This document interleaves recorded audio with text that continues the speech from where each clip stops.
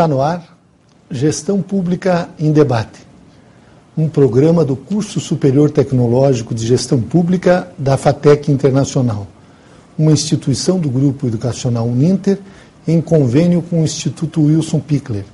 Este programa ele complementa a formação dos nossos alunos de gestão pública nas modalidades presencial e à distância.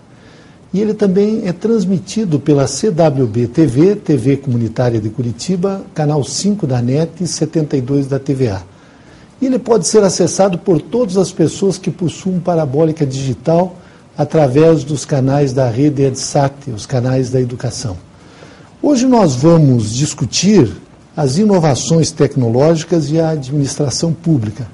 E para isso nós convidamos a professora Cláudia Abranzuc, ela que é doutoranda em administração, ela é fisioterapeuta, é formada também para psicologia e gestão financeira, ela é mestre em administração pela Universidade Federal, pela Universidade Positivo, e agora ela está fazendo doutorado em administração pela Universidade Federal do Paraná.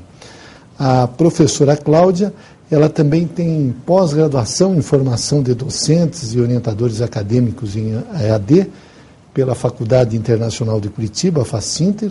Ela é graduada e pós-graduada em Direito Financeiro. E atualmente a professora Cláudia é coordenadora dos cursos de MBA em Administração de Empresas pela Faculdade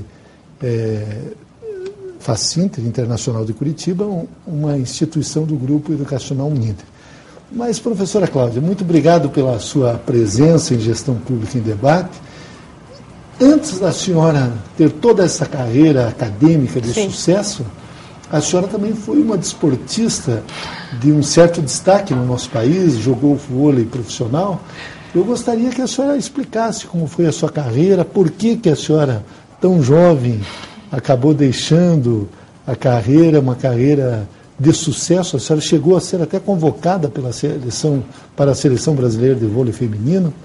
Olha, professor, realmente existem algumas coisas que acontecem na vida da gente, né, que a gente não escolhe. Realmente toda a minha vida profissional, ela deu início com essa questão da carreira desportiva. O porquê que eu digo que ela deu esse início? Porque eu nasci no interior do estado do Paraná, né, e lá cresci, passei a minha infância lá. E durante algum tempo eu fui bastante observada no sentido de jogadora de voleibol. Então eu fui uma criança que se destacou muito dentre as crianças que eu convivia como uma boa atleta, e devido a isso eu fui convidada a vir aqui para a capital para poder desenvolver essa questão do voleibol, que as pessoas acreditavam que eu tinha um certo potencial para isso. Então eu comecei muito cedo essa carreira, né? Eu treinei muito pesado com uma idade não tão avançada, e isso naquela época não tinha, obrigada quando o senhor me falou de tão jovem, né? Mas eu não sou tão jovem assim, porque nessa minha época não era dado tanta ênfase à questão de você ter um cuidado com a sua própria saúde, a você ter um cuidado com o seu físico. Então, como eu ainda era teoricamente uma criança, eu estava em formação, o treinamento pesado, ele me causou alguns problemas articulares, e esses problemas articulares é que realmente acabaram cortando essa minha carreira muito cedo. Então, eu joguei profissionalmente dos 14 anos aos 16 anos. Nesses 2 anos, eu defendi a Seleção Paranaense de Voleibol. Cheguei a ter essa convocação profissional que o senhor comentou, mas, infelizmente, já nessa época, eu já não tinha mais todo o físico necessário para dar andamento. Então, minha carreira mesmo de atleta, ela acabou muito cedo, acabou em torno de 16, 17 anos. Mas a senhora chegou mesmo no aspecto, digamos assim, quando você é juvenil, já é considerado profissional? Já é profissional. Quando você é infantil, você já tem uma categoria que você é convocada para a seleção infanto-juvenil. E eu sempre joguei à frente com as pessoas mais velhas. E os atletas que a senhora conviveu nessa época, tem algum aí que a senhora possa citar? Olha, um atleta que a gente viajou muito junto pelos paranaenses aí, pela estrada, que jogou junto comigo no Positivo, enquanto eu jogava pelo feminino, ele masculino, ou então para o Círculo Militar do Paraná, Clube Curitibano, é o Giba, que é um atleta bastante conhecido, que nós temos mais ou menos a mesma idade, né? Então a gente teve a oportunidade. Um dos atletas bem conhecidos hoje que eu convivi é o Giba. A senhora, se estivesse, né, atuando ainda, estaria na ativa, porque o Giba continua. Provavelmente daqui 1 ano, 2 anos no máximo, estaria encerrando a minha carreira. Então, professora Cláudia, a senhora tem estudado essa questão da inovação em vários aspectos. Eu gostaria que a senhora abordasse, depois vamos abordar no aspecto empresarial, da indústria, mas na administração pública, me parece que há uma certa dificuldade de se implantar a inovação de métodos, a inovação tecnológica. A senhora tem sentido que esse quadro está mudando porque as coisas estão indo tão rápidas, não apenas no Brasil, mas no mundo todo, que a própria administração pública não pode ficar parada no tempo, não pode ficar para trás nesse processo. Na realidade, professor, quando eu penso hoje em inovação, a primeira coisa que realmente me vem em mente é a questão dessa discrepância que existe dentro do nosso país. Nosso país hoje, o Brasil, ele é considerado um país de renda média. Só que, muito ao contrário de não estar nessa base dessa pirâmide, a gente tem uma discrepância bastante forte no que diz respeito à questão da inovação. A gente pode citar alguns exemplos no que se refere. Nós somos o segundo maior país que está relacionado à produção de jatos particulares. Só que, em contrapartida, nós temos 10% da nossa população é analfabeta. Tá? 30 milhões de brasileiros hoje não conseguem se alimentar diariamente sem a ajuda, sem a ajuda estatal. Tá? Então, essa já é uma discrepância que eu acho bastante grande. Outra coisa que a gente pode levar em consideração é que a gente tem hoje uma das maiores tecnologias para escavação de petróleo em águas profundas. Só que, vergonhosamente, nós não conseguimos diminuir os 5 meses que a gente precisa para abrir uma empresa. Tá? Uma outra questão que a gente coloca muito bem, hoje o Brasil é considerado como tendo tecnologia de ponta na questão de tecnologia agrícola tropical. O Brasil é considerado o melhor nesse sentido. Só que, entretanto, nós ainda, enquanto brasileiros, nós tratamos a cana-de-açúcar como uma commodity agrícola e não como uma commodity energética. Então, essa questão dessas discrepâncias que existem dentro do quadro inovativo brasileiro é que nos causa essa certa dificuldade para dar um passo adiante dentro da administração pública, digamos assim. Então, o que nós deveríamos, a gente vê um horizonte bastante interessante e a gente vê uma abertura de horizonte na questão de abertura de políticas públicas e também de desenvolvimento de indústria. Por que eu falo isso? Claro que hoje nós não vamos ter um desenvolvimento industrial como nós tivemos na época de 70, aquelas inovações, aquelas invenções grandiosas. Mas, em contrapartida, os nossos gestores, os nossos administradores estão começando a chegar à conclusão de que sem um preparo voltado para a inovação, propriamente dita, nós não vamos conseguir dar um passo à frente dos nossos concorrentes, principalmente aqueles países que estão em desenvolvimento como nós, o país que a gente chama os BRICS, digamos assim. Né? Professora Cláudia, nós temos observado ultimamente, e pego um exemplo aqui do Paraná, e isso está se estendendo em várias regiões do Brasil, de que as prefeituras começaram a ter uma preocupação, por exemplo, de disponibilizar gratuitamente a internet para a população de um modo geral. E não apenas disponibilizar a internet, mas também de capacitar, ou seja, inserir essas pessoas no mundo digital, porque a gente sabe que as gerações um pouco mais experientes, mais velhas, têm dificuldades de entrar nesse mundo.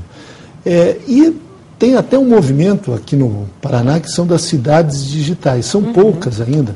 A senhora, nos últimos tempos, a senhora está percebendo alguma mudança, alguma preocupação de transformar a nossa máquina pública administrativa mais competitiva para que o Brasil possa enfrentar esses desafios do terceiro milênio? Olha, professor, eu tenho, eu acho que isso realmente está caminhando. Entretanto, caminhando a passos curtos. Tá?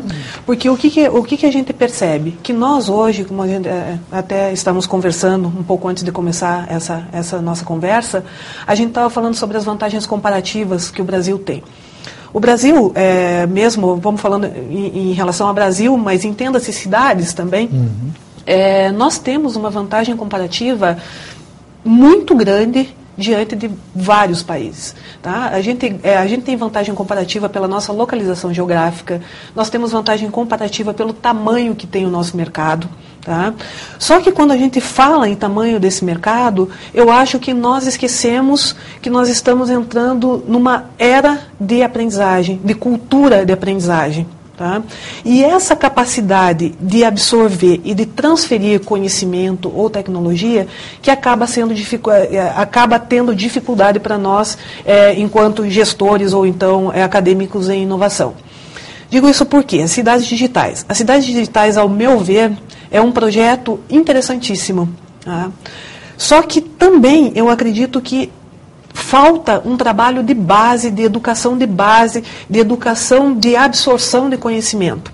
Nós que somos professores, até podemos dar um exemplo no seguinte sentido. Eu hoje, até semana passada, estava dando aula e estava vendo alguns alunos meus na internet, porque hoje isso é liberado e eu acho isso válido, acho mesmo que tem que fazer.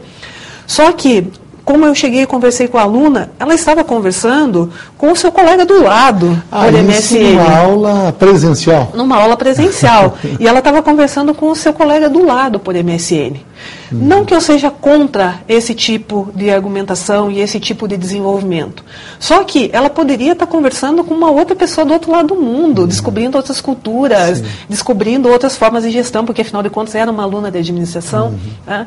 E essa cultura que eu não vejo ser desenvolvido pelos nossos projetos. A senhora não acha que isso tem um pouco a ver da nossa formação, o próprio modelo do Estado português que foi aqui implantado, lá no período colonial, que muito burocratizado, muitos cartórios, enfim, tudo passa por um disciplinamento, e isso não criou em nós esta cultura da burocracia, e por isso que nós temos dificuldade de nos soltar, desprender dessa situação? Não só acho, como tenho certeza, professor. O que a gente percebe hoje no nosso trabalho, no meu trabalho acadêmico, que tem diferença realmente dentro da empresa, mas dentro da academia a gente percebe que os nossos gestores, os nossos administradores, principalmente aqueles que trabalham com o desenvolvimento da administração pública, a gente tem uma cultura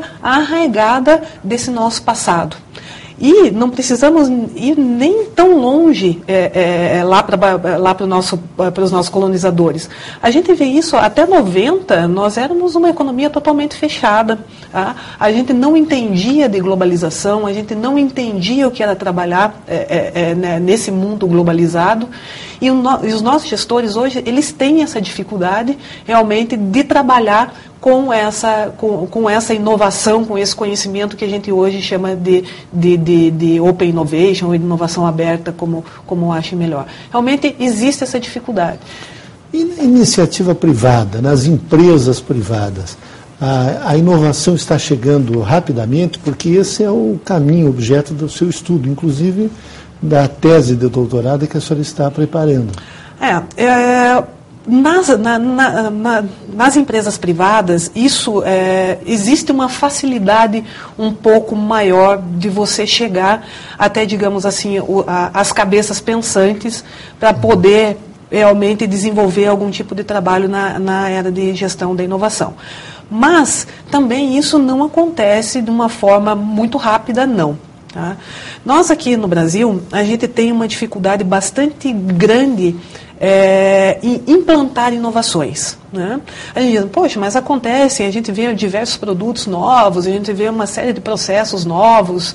Sim, a gente vê uma série de processos novos acontecendo. Só que isso não chega até mim, até eu que sou uma consumidora final, até o senhor que é um consumidor final. Porque são pequenas mudanças de processo, aquelas coisas todas. Agora, inovação mesmo radical, a gente vê pouquíssimo acontecendo. Tá? A nossa linha de estudo hoje dentro da Universidade Federal, ela busca estabelecer um modelo de gestão que a gente chama de empresas ambidestras. O que são essas empresas ambidestras? São essas empresas que elas sabem trabalhar tanto com a inovação que a gente diz radical, quanto a inovação que a gente diz incremental. Essas duas inovações, elas têm formas diferentes de se desenvolver dentro da empresa. Por que acontece? Na realidade, elas são dois extremos. Se você deixa um extremo de lado, você perde vantagem competitiva. Se você deixa o outro extremo, você também perde vantagem competitiva.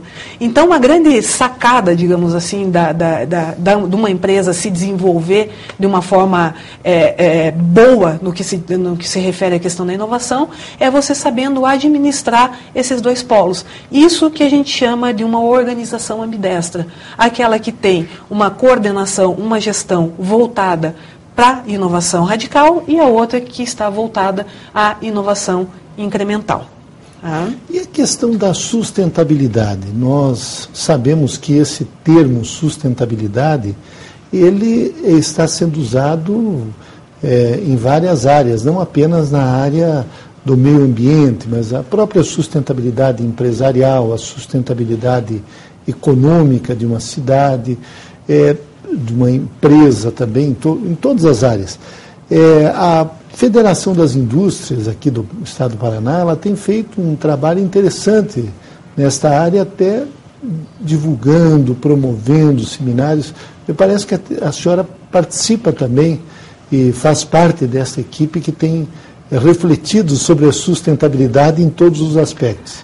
A gente tem um projeto bastante grande, né, a Universidade Federal e mais 3 organizações bastante relevantes, que é a Universidade Federal do Paraná, a FIEP, que é a Federação das Indústrias, temos a CAPES, né, e também, com o apoio da CAPES, e também temos uma universidade em Ohio, que se chama Case University, que está em Cleveland. Então, essas 4 organizações, a gente tem um trabalho desenvolvido dentro da administração sustentável, que o que nós estamos buscando? Nós estamos tentando reformular o que é a administração hoje. Hoje, querendo ou não, a questão sustentabilidade, ela está permeando todos os nossos atos, todos os nossos desenvolvimentos, todos os nossos projetos dentro da empresa. Hoje é impossível você pensar em uma empresa sem uma responsabilidade social, sem responsabilidade ambiental e sem responsabilidade empresarial, né, econômica. Então, esses são os 3 pilares dentro da sustentabilidade que sustentam a questão da nossa administração. Só que, em contrapartida, até hoje, todos os nossos cursos de administração, eles são voltados ao nosso ideal capitalista. Lucro sem medir consequências. O negócio é ganhar dinheiro e não pensar mais nada em torno. Hoje, todos nós sabemos que é impossível você ter uma empresa nesse sentido. Como o senhor tinha me falado, como o senhor tinha falado anteriormente, a minha tese de doutorado está sendo desenvolvida justamente nesse sentido. Ela busca a questão da transferência de tecnologia sustentável em cadeia produtiva e multinacional. O porquê que esse trabalho é um trabalho considerado inovador, tanto é que serve como um tema de tese de doutorado. Acontece que as multinacionais hoje, com a questão da globalização, elas estão buscando os seus fornecedores dentro daquele país onde você tem uma capacidade comparativa ou tem uma capacidade de localização. Então, ela está buscando isso dentro do país que ela está desenvolvendo o seu trabalho. Em contrapartida, o que acontece? Sabemos que as multinacionais elas estão procurando essa mão de obra nos países menos desenvolvidos. Tá? E os países menos desenvolvidos, em contrapartida, eles não possuem esse conhecimento sustentável tal qual é sugerido nos países desenvolvidos. Então, a nossa intenção dentro da Universidade Federal, além de revolucionar o currículo da administração propriamente dita, a partir da instauração desse projeto. Nós vamos falar em administração e marketing sustentável, administração e finanças sustentável, negócios internacionais sustentáveis, logística sustentável. Tá? E para isso realmente que a gente está trabalhando, e é um trabalho bastante grande que ainda vai uns 3 anos pela frente. E como é que a senhora vê o comportamento dessas multinacionais, já que, como a senhora disse, elas estão fechando as suas indústrias, suas fábricas nos países desenvolvidos, estão vindo aqui para os países do BRIC, ou mesmo até países mais pobres, e quando elas saem das suas sedes, das suas matrizes, elas vêm, vamos pegar o exemplo aqui para o Brasil, o comportamento delas é diferente do comportamento que elas têm lá nas suas sedes? Olha, até onde eu tenho estudado, a multinacional, ela procura estabelecer um padrão bastante alto, muito parecido, mimeticamente copiado, mas é um comportamento mimético daquilo que é a sua matriz. O que acontece, geralmente, é que os países em desenvolvimento não estão preparados para trabalhar em tão alto padrão como eles querem.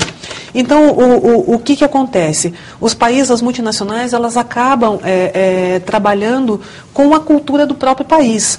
Por exemplo, existem multinacionais que vêm para cá e que obrigatoriamente acabam trabalhando com aquele jeitinho brasileiro. A matriz não concorda com o jeitinho brasileiro, mas é a nossa cultura trabalhar dessa forma. Né? Então, realmente, é esse gap entre a multinacional e o comportamento dela aqui que a gente está buscando esse modelo. Como que faz essa transferência de tecnologia sustentável daqui para cá? Então, a gente não sabe ainda como acontece. Mas a gente tem observado que cada vez mais os consumidores eles estão mais conscientes. Por exemplo, qualquer pessoa não aceita comprar um produto que seja fruto do trabalho escravo. Aliás, recentemente nós tivemos alguns problemas aqui no Brasil de uma grande cadeia de lojas que utilizava trabalho escravo e o que é pior, trabalho escravo e ainda ilegal, porque a grande maioria das pessoas que confeccionavam aquelas roupas eram estrangeiros, bolivianos principalmente. O comportamento do consumidor também vai direcionar o comportamento da indústria, das grandes multinacionais, das empresas de um modo geral? Os nossos estudos, professor, os nossos estudos empíricos que temos feito demonstram que sim. Então, hoje, o que a gente percebe que hoje aqui no Brasil, o desenvolvimento sustentável está pautado basicamente nessa pressão social, tá? E na pressão de lei. Tá? Então, hoje faz-se porque ou você paga multa ou então porque o seu consumidor não compra. Tá? Então, mais uma vez a gente vem falar um pouco da questão de tecnologia, das questões tecnológicas. Nesse ponto, as novas tecnologias nos auxiliam e auxiliam muito, porque as informações, elas andam muito rápido. Nós hoje temos que trabalhar, gerenciar essa quantidade de informações, mas tem o seu lado positivo, mas também tem o seu lado negativo. Então, hoje, nós, enquanto consumidores, estamos pensando muito mais em sustentabilidade do que alguns anos atrás. O detalhe é que nós pensamos em sustentabilidade da nossa porta para fora. Por exemplo, eu não caço as baleias, mas eu não abro mão do meu produto importado, do meu iPad. Né? Então, eu não uso casaco com pele animal, mas em contrapartida eu quero a minha Nikon no pescoço. Então, o que nós precisamos hoje é fazer uma conscientização da nossa porta para dentro. Tá? Porque da porta para fora nós já estamos bem melhor. Mas isso também é uma questão de processo, né? A gente está caminhando e está caminhando muito bem. Precisamos entender melhor o processo da sustentabilidade, que também os nossos estudos, a gente teve um trabalho agora em meados de 2011, num Congresso Internacional de Desenvolvimento Sustentável, que foi em Nova York. A gente teve um trabalho que foi desenvolvido aqui na Universidade Federal, por mim e por mais 3 colegas, meu orientador e mais 2 colegas, que passou nesse congresso e a gente foi mostrar o que os alunos das áreas de negócios, digamos assim, estavam pensando sobre sustentabilidade. E por incrível que pareça, nossos alunos de 4º, 5º, 6º período de área de negócios não entendem ainda o que é sustentabilidade. Sustentabilidade está restrito à questão de você fazer caridade. E não é isso. Então, essa... Nem o meio ambiente eles percebem. Não, professor. A nossa percepção, o nosso trabalho girou em torno de você fazer caridade. Sustentabilidade igual a caridade. Então, nós entrevistamos nesse primeiro bloco de Gestão Pública em Debate a professora Cláudia Abranzuc, ela que é doutoranda em Administração pela Universidade Federal do Paraná. Professora Cláudia, eu quero agradecer muito a sua presença no nosso programa e eu não tenho dúvidas de que a senhora contribuiu na formação dos nossos alunos. Muito obrigado. Eu gostaria também de agradecer, professor, a oportunidade e agradecer a todos vocês também aí que estão assistindo. E realmente, se vocês tiverem um interesse maior na área de sustentabilidade, entrem na página da Universidade Federal do Paraná, em Administração Sustentável, tá? Ou então da FIEP, Federação das Indústrias do Paraná, e lá vocês vão ter uma visão bastante sistêmica do que a gente estuda em Administração Sustentável.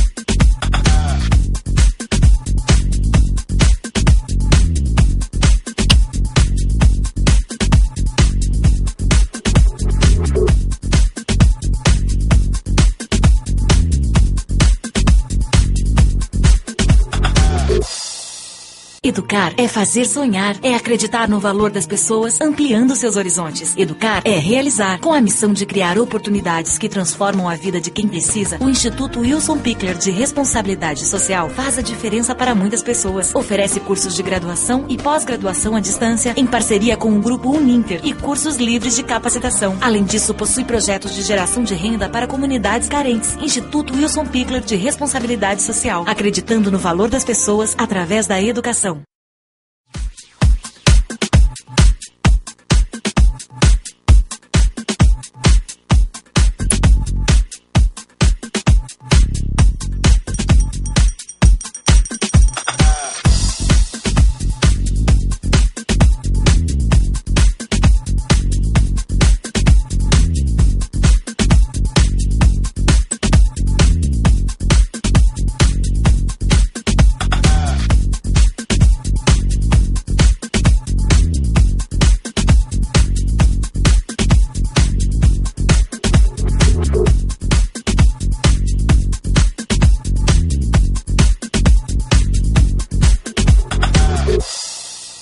Retornamos com Gestão Pública em Debate, um programa do Curso Superior Tecnológico de Gestão Pública da FATEC Internacional, uma instituição do Grupo Educacional Uninter em convênio com o Instituto Wilson Pickler.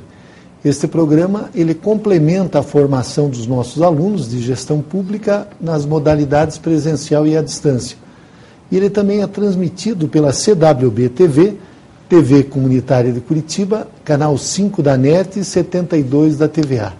E ele pode ser acessado por todas as pessoas que possuem parabólica digital através dos canais da rede EdSat e os canais da educação. Neste segundo bloco, nós vamos debater o perfil da classe política brasileira. E para isso nós convidamos o professor Luiz Domingos Costa, ele que é mestre em ciência política pela Universidade Estadual de Campinas, a Unicamp. Ele possui graduação em Ciências Sociais pela Universidade Federal do Paraná. Ele é atualmente nosso professor da Faculdade Internacional de Curitiba, nos cursos de Ciência Política e Relações Internacionais. O professor Luiz Domingos Costa também é pesquisador do Núcleo de Pesquisas em Sociologia da Política Brasileira, da Universidade Federal do Paraná. Ele tem experiência na área da ciência política, com ênfase em classes sociais e grupos de interesse, atuando principalmente em recrutamento parlamentar, poder legislativo, composição social, carreiras políticas e elites políticas. Professor Luiz Domingos Costa, quero agradecer muito a sua presença em Gestão Pública em Debate. Eu gostaria de começar abordando esse tema que é o objetivo da nossa entrevista. O senhor nos passasse um perfil da classe política brasileira. Há diferenças entre os políticos aqui do Sul, da região Sudeste, do Norte, do Nordeste? Por favor, nos ensine como são os políticos brasileiros. Certo. Bom, eu também gostaria de agradecer a oportunidade de vir falar um pouco sobre minhas áreas de estudo e de orientação dos alunos.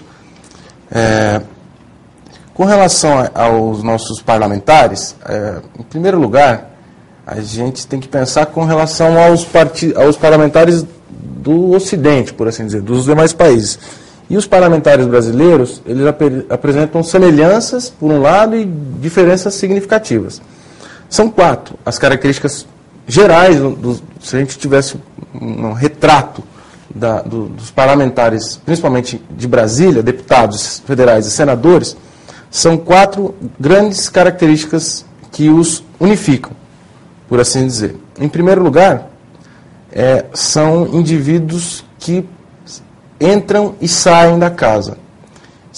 Não ficam em vários mandatos como deputados ou senadores. Isso é raro, eles terem muitos mandatos? Não. É circunstancial. Acontece em alguns... A média seriam quantos mandatos? A média de 1 ou 2, no máximo. Os parlamentares que têm 4, 5, 6 mandatos são minoria no Brasil. E em função de alguns incentivos que a nossa própria estrutura política oferece. Concorrer a cargos de prefeito em capital, concorrer a cargos de governador, ou mesmo cargos de confiança na estrutura burocrática. Para o professor ter uma ideia, nos Estados Unidos, essa taxa de renovação parlamentar, ou seja, a entrada de indivíduos novos no parlamento, está na casa de 10%. No Brasil, o professor deve conhecer essa informação, está na casa de 45%. Isso por legislatura? Por legislatura. Então, uma renovação altíssima, do ponto de vista comparado. Então, nós temos, a cada novo período parlamentar, praticamente metade de novatos no parlamento. Mas isso não é em função da forma como nós somos eleitos, ou seja, no Brasil, lá nos Estados Unidos, em alguns outros países, temos o voto distrital. Aqui nós temos o voto proporcional. Isso também não tem uma certa influência? Sim, é uma das outras explicações, porque o sistema eleitoral proporcional de lista aberta oferece maiores incertezas para o competidor, para o candidato. A gente tem o problema da competição não apenas num dado distrito, mas a competição dentro da própria lista partidária. Portanto, na medida em que eu compito com um candidato da mesma lista partidária para ficar no primeiro lugar da lista, eu estou sofrendo incertezas de diversas frentes na hora que eu estou competindo. Então, isso transforma a eleição mais cara, aumenta a incerteza e diminui o controle por parte do eleitor. O eleitor também tem maior dificuldade de controlar o seu representante. E de decidir o seu voto? De decidir o seu voto. Esse sistema oferece uma baixa inteligibilidade, compreensão por parte daquele que é o decisor básico, o eleitor. Agora, me permita, professor, o parlamentar que fica mais tempo é aquele que distritaliza o seu voto, ou seja, tem os seus redutos próprios, a sua região, ou isso não tem muito a ver nesse seu estudo? Não, depende mais do perfil individual do parlamentar. Alguns parlamentares procuram uma carreira orientada para o parlamento. E geralmente esses parlamentares não têm um perfil de captação de eleitor comum. Pode ter um parlamentar que fique 4, 5 mandatos com uma votação concentrada, e pode ter aquele parlamentar que fica 5, 6 mandatos, que tem uma votação dispersa. Depende do tipo de relação que ele estabelece com o eleitor. O parlamentar mais interessado em temas difusos por exemplo, igualdade racial, gênero, a política de mulheres, ou então meio ambiente, esse parlamentar tem uma votação difusa e, portanto, geralmente bem-sucedida, se ele consegue ter firmar essa identidade com o eleitorado, e ele tem alta previsibilidade, alto sucesso eleitoral. Por outro lado, parlamentares que concentram recursos, distribuem recursos sociais, como, por exemplo, verbas no orçamento, coisas relacionadas para assistência social, hospital, etc. Esses têm votação concentrada em poucos municípios, uma região específica do distrito eleitoral, e também tem alta chance de reeleição. O tipo de vínculo que o candidato estabelece com o eleitor não é a variável que determina a sua permanência na casa. A variável que determina a permanência dele na casa é, em primeiro lugar, o tipo de carreira que ele quer montar, o tipo de ambição política do indivíduo. Aqueles com uma ambição mais voltada para o executivo são aqueles que têm carreira zigue-zague. Eles ficam na Câmara de Deputados ou no Senado e vão para uma prefeitura ou para um governo estadual. Depois eles voltam, porque a reeleição nesses espaços ela é limitada a uma. Ao passo que no Legislativo a reeleição não tem limites para ela. Então, esse que tem a ambição de cargos executivos, ele tem a carreira zigue-zague, legislativo, executivo. E tem aqueles indivíduos que privilegiam o parlamento, a minoria. E aí eles conseguem se manter no cargo por 4, 5 legislaturas. O senhor estava falando das características do perfil da classe política brasileira. O senhor abordou o primeiro tópico, que seria esse relacionado ao deputado, como ele chega, ele permanece, ele fica pouco tempo, e as outras características? A segunda ela já é colada na terceira, que é uma lenta profissionalização desses indivíduos. A segunda característica demonstra o seguinte: tem havido lentamente um decréscimo de indivíduos da alta elite brasileira. Se a gente pegasse os parlamentares do século XIX, do começo do século XX, eram basicamente empresários, grandes proprietários de terra ou filhos desses empresários. Esse fenômeno vem caindo com a consolidação da democracia entre nós. Lentamente, os indivíduos que conseguem acessar o poder legislativo no Brasil são indivíduos advindos das classes médias urbanas. Indivíduos com formação superior, são ou bacharéis, engenheiros, médicos, mas não indivíduos com perfil altamente elitizado, não são, enfim, magnatas. São indivíduos que têm uma vida confortável, mas não muito aquinhorada. Seus pais foram funcionários públicos, ou então comerciantes urbanos, pequenos proprietários, e ele consegue acessar o parlamento. Disso decorre que esse indivíduo tem uma maior dependência da carreira política. Porque, na medida em que ele ascende socialmente com a carreira política, ele ganha um cargo de deputado, ele ascende socialmente, ele ganha um pouco mais de status, um pouco mais de vantagens e um salário um pouco melhor. Nesse perfil de indivíduo, o indivíduo ele tende a ter uma relação de uma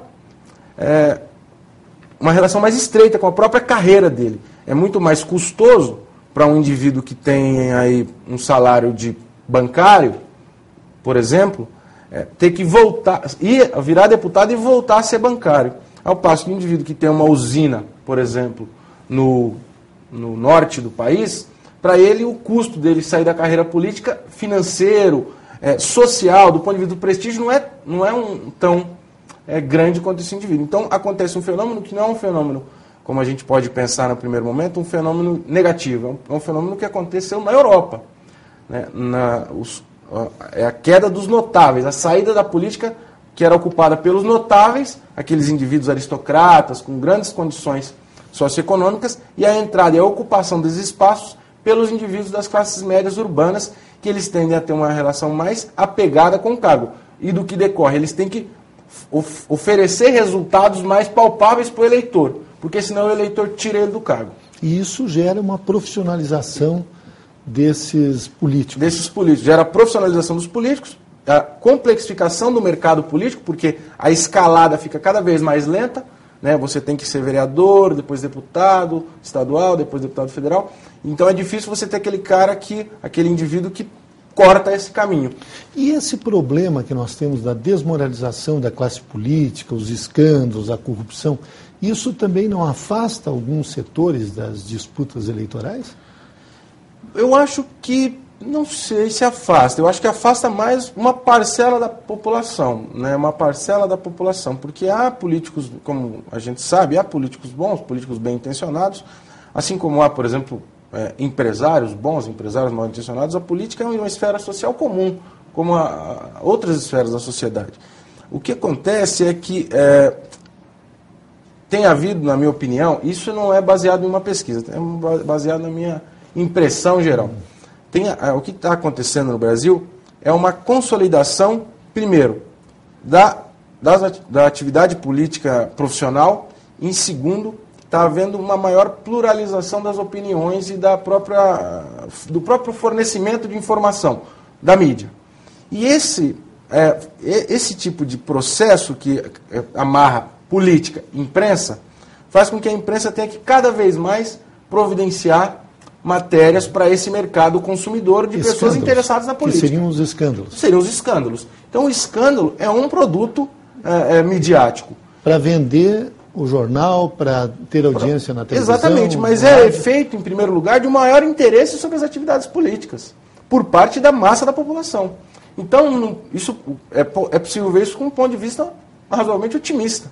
E quando a imprensa providencia mais produtos para essa massa consumidora, ela está fiscalizando melhor a atividade política, do que decorre uma residual, uma lenta melhora na própria conduta dos parlamentares, que agora eles têm mais lentes sobre eles. Então, na minha opinião, esse é um processo que lentamente tende a amadurecer o próprio funcionamento do nosso jogo democrático. O senhor estava abordando as características do político brasileiro. Isto. Por favor. Ainda, portanto, então a segunda e a terceira seriam a saída dos notáveis e a entrada dos indivíduos da classe média, que são processos combinados. E uma terceira característica é aquilo que uma certa literatura local chama de a política brasileira é franqueada aos outsiders, ou aos políticos inexperientes. Nesses 45 novos que entram a cada eleição, há uma parcela significativa de indivíduos sem carreira política. Desses 45%? Desses 45%, na casa de 15%, 20%. Isso a nível de Câmara Federal. Câmara dos Deputados. Mas quando a gente se aplica também a nível estadual? Quando a gente desce a hierarquia dos postos políticos para a Câmara, para as Assembleias Estaduais e para a Câmara dos Vereadores, isso é mais perceptível, o que é normal. Quanto mais perto da população, maior a entrada de indivíduos sem experiência política eleitoral.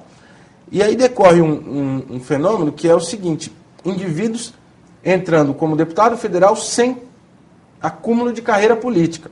Ou seja, indivíduos que saem das suas atividades no mercado, médicos, dentistas, professores, advogados, até clérigos e comunicadores, e entram na atividade política sem aquela experiência que a gente percebe, por exemplo, nos presidentes das casas. E esse fenômeno pode ser visto como, depende do gosto do analista, pode ser visto como um fenômeno positivo e pode ser visto como um fenômeno negativo. Porque há um métier político, há um ofício político, há uma função política que não é simplesmente acessável por um indivíduo. Quando a gente vê os parlamentares nos seus primeiros dias de mandato, eles têm um pouco de dificuldade, eles precisam mais dos seus assessores, eles precisam mais do aparato técnico do Poder Legislativo para poder se inserir naquela dinâmica. Então, a entrada desses indivíduos desprovidos de experiência política ainda é alta no Brasil se comparado com os demais países com democracia já mais antiga. Como é que o senhor coloca, por exemplo, os personagens? Nós temos alguns personagens que disputam as eleições. Aqui no Paraná não tivemos, mas lá em São Paulo tivemos um personagem que é o Tiririca. E ele é bem diferente da pessoa, do ser humano que está por trás dele. Os atletas, por exemplo, acompanhamos aí o Romário, que foi eleito pelo Rio de Janeiro, embora ele tenha até uma postura crítica em função... as grandes celebridades esportivas, artísticas. Aliás, recentemente eu assisti um show do Moacir Franco e ele disse que o que quase acabou com a carreira dele foi os 4 ou 8 anos que ele esteve na Câmara dos Deputados. Ele saiu de lá praticamente a zero. E o papel desses personagens, desses grandes artistas, qual é?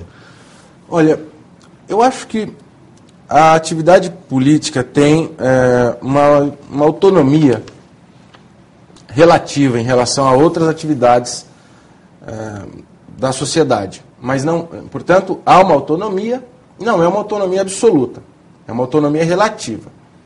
E essa autonomia é menor em relação a esses determinados espaços da sociedade. Por exemplo, a imprensa. Aqueles indivíduos que estão na nossa sociedade e mais estão na imprensa, ou têm maior facilidade de acessar o meio, o espaço da imprensa, esses indivíduos têm uma maior... a fronteira que a política estabelece com esses indivíduos é menor. Ora, por quê? Porque a política depende de amplitude, depende de voto. Então, os indivíduos que estão na mídia, comunicadores, jornalistas, grandes celebridades, não importam de qual espaço, da televisão, do esporte, alguns atores religiosos, que também têm muito presença na mídia recentemente. Esses indivíduos têm maior proximidade do campo político, por uma razão simples. Na hora da eleição, na hora do momento eleitoral, você precisa difundir o nome dessa figura. Essa figura já vem com o nome difundido muito facilmente.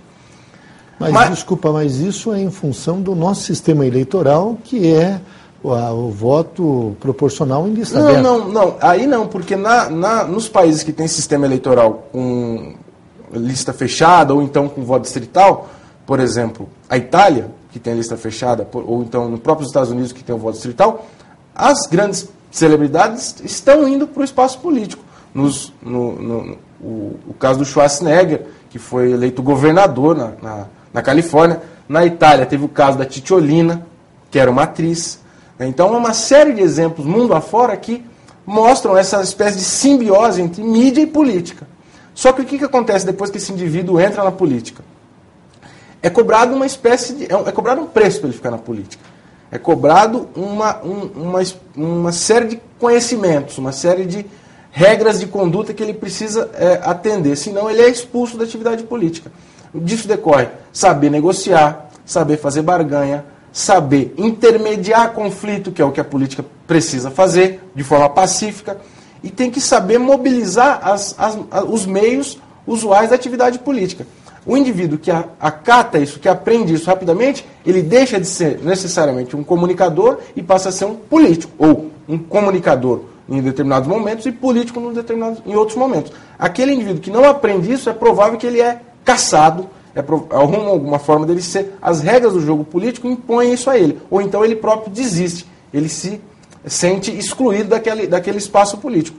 Então, há indivíduos que são parlamentares e depois acabam saindo desses espaços. E aqueles que, inclusive, não conseguem entrar. Como, por exemplo, o Oscar.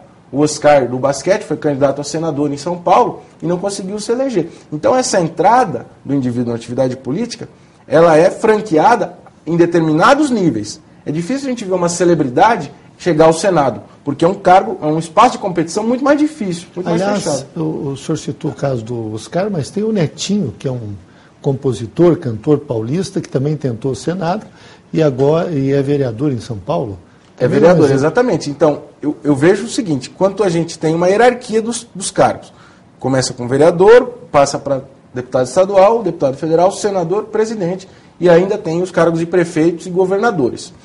Na medida em que a gente está aqui embaixo, as fronteiras entre a política e a sociedade são menores, ou mais tênues. Quando a gente caminha nessa escada, as fronteiras tendem a se acentuar. Então, é muito difícil nós vermos uma celebridade no Senado. Uma celebridade do mundo social, da imprensa. Isso não é tão difícil de ver na Câmara dos deputados federais. Já é mais fácil de encontrar entre os deputados estaduais. Radialistas de cidades específicas, pastores, padres, etc. Atores, músicos.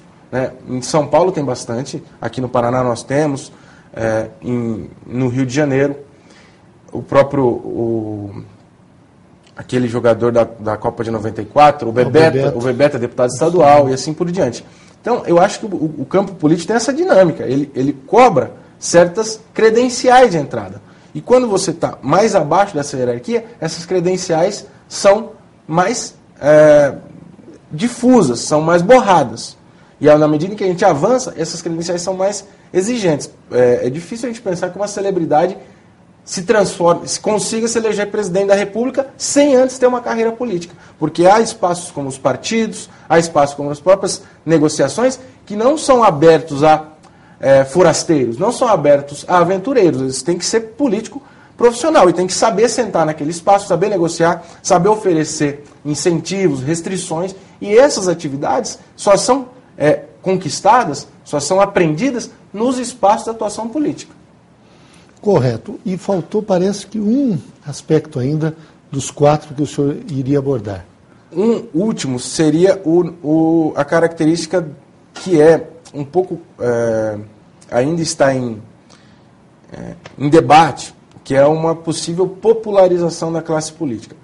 Então, a gente sairia do topo da pirâmide social, no começo do século XX, empresários de grande porte, para uma classe média em situação confortável, mas também não da base da pirâmide social. Não são trabalhadores manuais, lavradores. Tem uma quarta característica que ainda está em debate na própria literatura do assunto, que é a ideia da popularização da classe política. Então, a classe política brasileira está sendo composta paulatinamente de indivíduos advindos das camadas populares.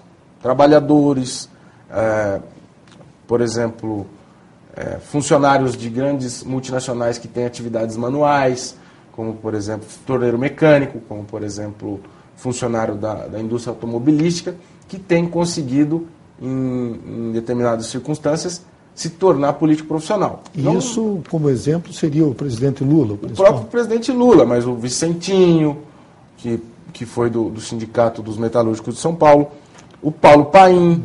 O atual presidente da Câmara também? O atual presidente da Câmara, se bem que de um sindicato um pouco mais bem posicionado na hierarquia dos sindicatos, né, enfim. Mas eu acho... O senhor acha que isso é uma tendência? Aí que está. Aí há o debate. Na literatura ainda não há consenso sobre isso aqui no Brasil, porque é muito relativo se afirmar, se falar em popularização, na medida em que esses indivíduos experimentam uma ascensão social.